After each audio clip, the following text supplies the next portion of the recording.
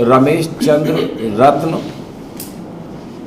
Chairman passenger service committee, rail मंत्रालय, railway board, Bharat सरकार की तरफ से दिल्ली से चलकर के 6 दिवसीय प्रवास पर फिरोजपुर डिवीज़न के मैं श्रीनगर स्टेशन के श्रीनगर, बडगांव, बारामूला और पंपोरा, बनिहाल, उधमपुर, कटरा और अभी जम्मू स्टेशन का निरीक्षण शेष रह गया है, जो अभी 3 बजे से निरीक्षण करना है। पैसेंजर सर्विस कमेटी का दायित्व तो है, जो 24 सदस्य टीम है, जिसके लिए यशस्वी प्रधानमंत्री माननीय मोदी जी ने, माननीय अमित शाह जी ने और भारतीय जनता पार्टी शीर्ष नेतृत्व माननीय नड्डा जी ने मुझे पुनः चेयरमैन 2021 जुलाई को बनाया। मैं पहले 2018 में चेयरमैन बना था और फिर मुझे रिपीट किया है। मेरा संपूर्ण भारत का स्टेशंस, संपूर्ण भारत की ट्रेन्स और उसमें catering, canteen, book stall, vendor, soccer, safety, security, sound, modification, चढ़ने से उतरने तक मेरा जुडिक्शन है। यात्री सुखद आनंद लेते हुए गंतव्य स्थान पर पहुंचे और गंतव्य स्थान पर पहुंचने के लिए स्वच्छता, सुरक्षा, संरक्षा, इन सारे पैमानों को, खान पान, रहना और प्रत्येक बारीकियों को जानने के लिए सिस्टम में जुड़े हैं।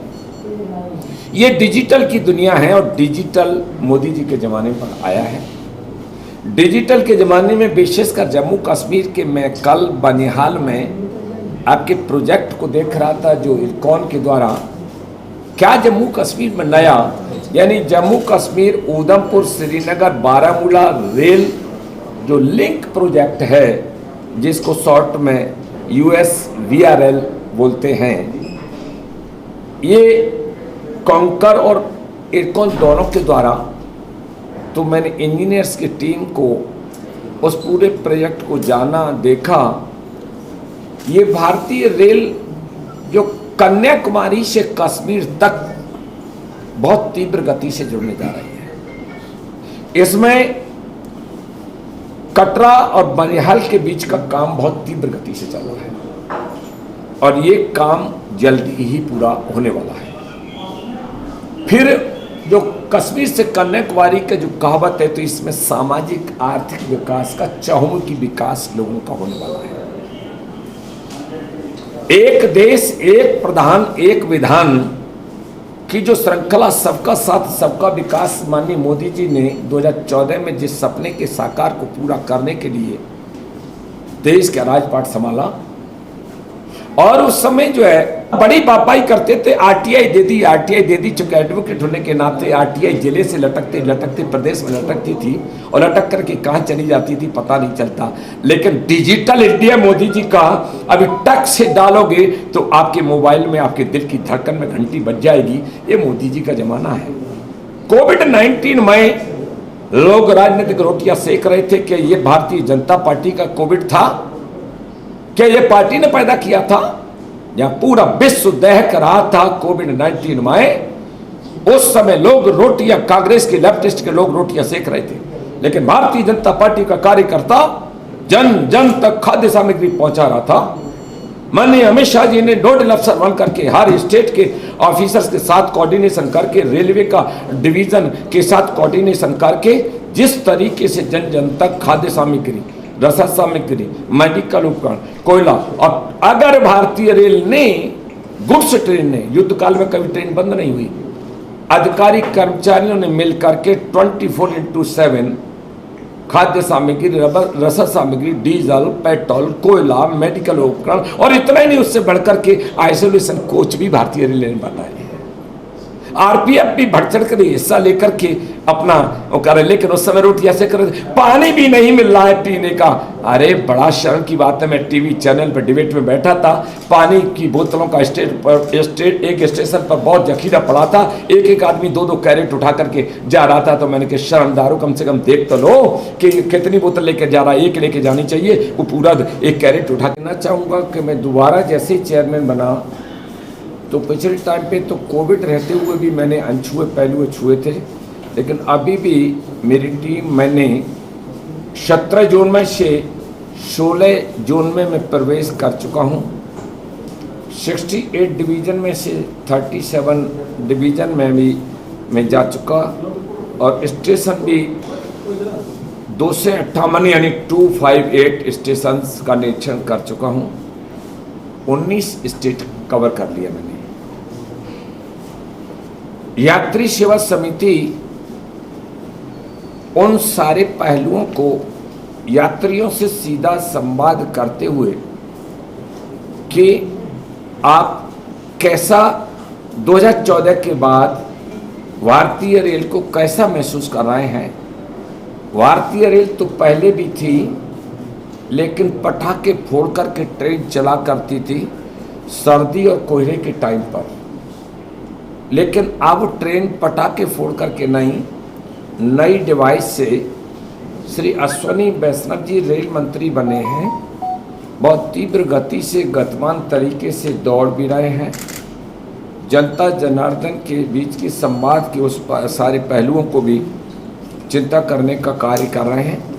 लेकिन क्योंकि प्रत्येक स्टेट में हम लोग जाते हैं, क्योंकि जम्मू कश्मीर फिरोजपुर डिवीज़न का अभी हमने पंजाब किया, जालंधर किया, अमृतसर किया, लुधियाना किया, फगवाड़ा किया, ब्यास किया, और आज हम लोग ये फिरोजपुर डिवीज़न का ही जम्मू कश्मीर के हिस्से को पूरा करने के लिए यहाँ आए हैं।